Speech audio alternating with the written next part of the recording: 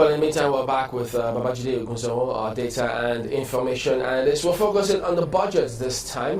Thank you for coming in this morning, first and foremost. The budget. I mean, we do know that states also have their budget, and we've looked at that at the center, the federal level. But you've also been digging into those of the states and how they affect the entire scheme of things, talking about the economy. So, what were the highlights that you came across? There are several ways we could look at it, but let's look at it from this perspective. You cannot escape the responsibility of tomorrow by evading it today. Abraham Lincoln. So the first question is, what are we evading? And the evidence shows that we're evading a lot of things based on income inequality, and as it relates to the budget. So just consider these three things. The NDIC says that only 2% of bank account holders control 90% of the deposits. Only 2% control 90% of the deposits. The second thing is that till today, the average withdrawal from an automated teller machine, the ATM, is still less than 10,000 naira. Indeed, a lot of Nigerians still go to the ATM to punch 1,000 naira. And the third is, only 50 borrowers, only 50, have collected a third of all the monies that commercial banks have lent out. And so we have to ask ourselves that what is on the lips of Nigerians first is, where is the money? Where is the money? And so we've seen the federal government's budget of 7.4 trillion now. We see some money there. But how much have the states budgeted for? And I'll share that figure with you, and I think, again, it will surprise you. But before we do that, there's something of cosmic significance that we also need to discuss, because it relates to the budget. And that's the difference between the government's narrative and the factual narrative. What is the government's narrative today? And that is, we are united, we shouldn't divide. That's the government's narrative. We are united, we shouldn't divide. But the factual narrative is that we are divided, but we should now unite. And why do I make these bold assertions that the factual narrative is that we are divided, but we should now unite? It's because of three things. The first is the budget.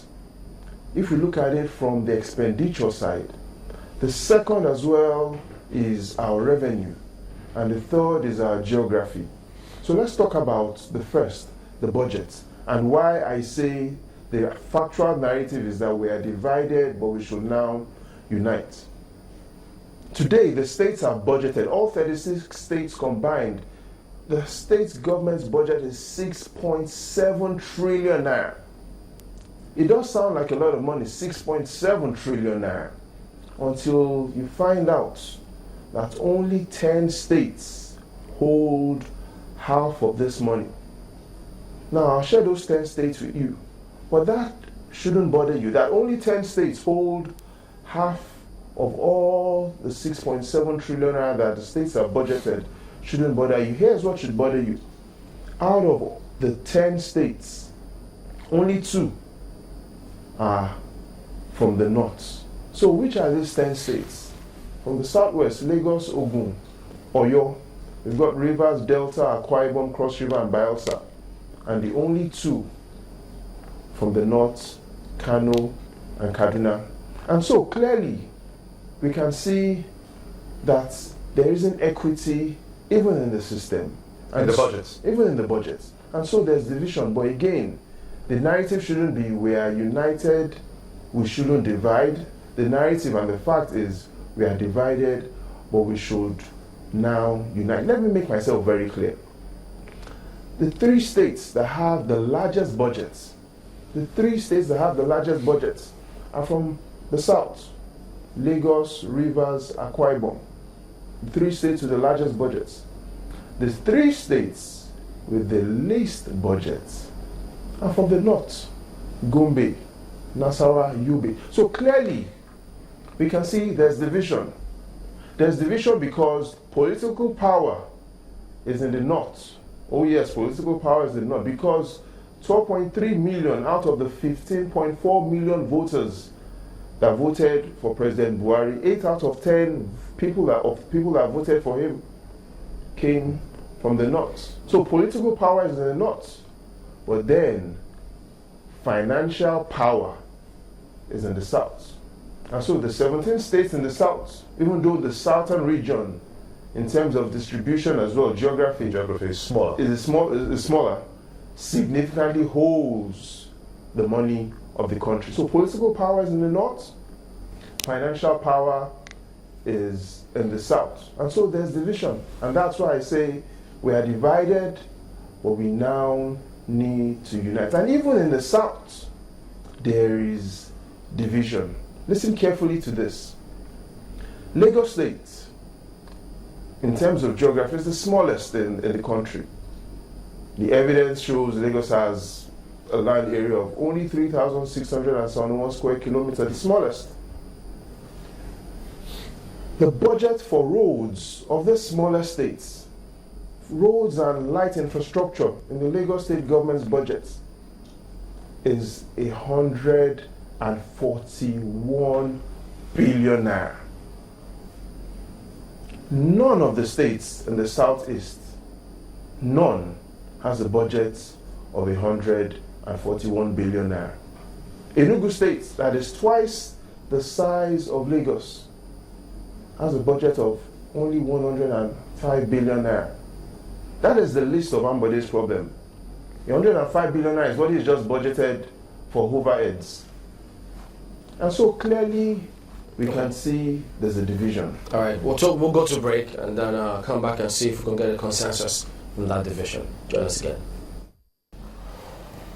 Welcome back. This division you spoke about, those who are also throwing figures around now, they think if the Northeast is getting over 200 billion to rebuild the Northeast, if the region that produces the oil is getting only 13% from the derivation fund, whereas they thought when they had the cocoa period, they had 50% and the rest of the country shared 50%.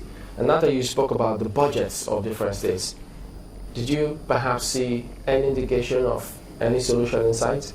Yes, I'll quickly talk about the solution. Well, good that you mentioned that, and you're right, the derivation and how it all connects to some of the divisions we have today. Let's consider this. January to May this year, total allocation, the federal allocation that has gone to all state governments, 618 billion naira. Now that sounds like a lot of money until you find out that the Southeast has collected the least, only 67 billion naira. So out of 100 naira that is being shared in Abuja, the Southeast has gotten only 3 naira. The South-South, where the oil is being produced, and the Northwest, where the president is from, has collected more than half of that 618 billion naira. Indeed, the evidence shows that January to May, the South-South and the Northwest state governments have gotten 310 billion naira. So in a situation where one region gets only 3 out of 100 naira, and 2 regions, the South-South and the Northwest, 2 out of 6 regions have gotten more than half of all the money. That isn't the recipe for unity. And if we do look at where all of this started from, it started from the election. Going back to what had happened in 2015, if you do recollect, take out Bayelsa, where the former president was from. What region gave President Buhari the least number of votes? It was the Southeast, only 198,000. Take out Bayelsa. What states gave President Buhari the least number of votes? It was Abia State, the state where Nnamdi Kanu was born. So today we can clearly see how it all connects. There's a fight for resources.